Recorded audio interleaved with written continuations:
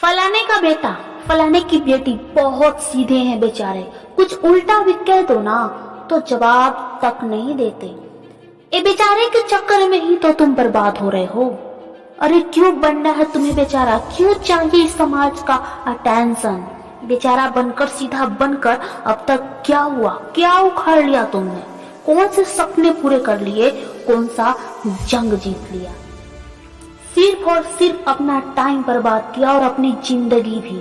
सीधे बनकर सिर्फ तुम्हारा नुकसान ही है।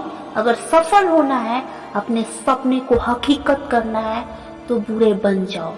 मतलब अपने आप से रखो और अपने काम से रखो।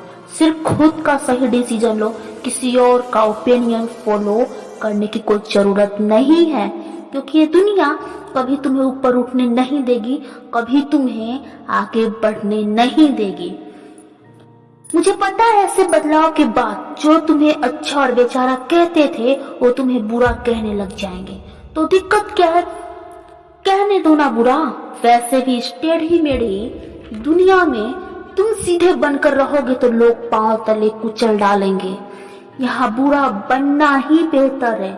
लोगों के बदतमीजियों का जवाब देना बुरा है तो बुरा बनना ही बेहतर है। खुद से डिसीजन लेना अगर बुरा है तो बुरा बन जाना ही ठीक है।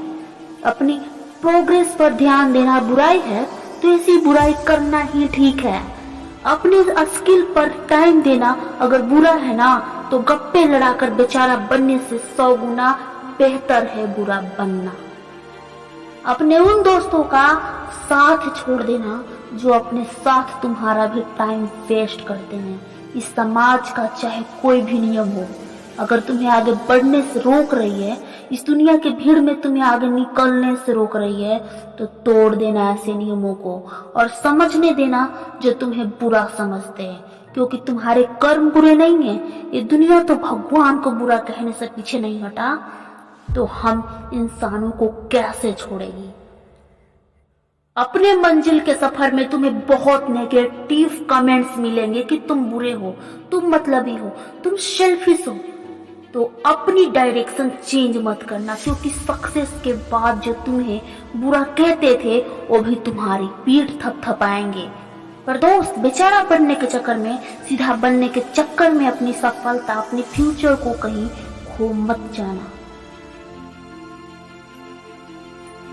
अगर सफल होना है तो बुरा बनना ही बेहतर है, क्योंकि सीधा बनकर सफलता हासिल नहीं किया जा सकता।